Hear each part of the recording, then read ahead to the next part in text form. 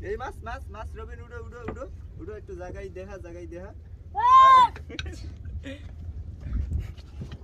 আর ভালো মতো জায়গা দেখি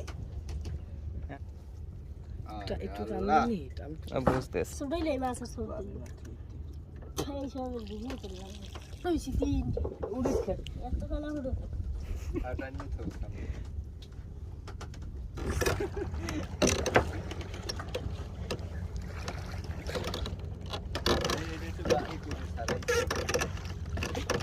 জমি আল্লাহর ভিডিও কর আমার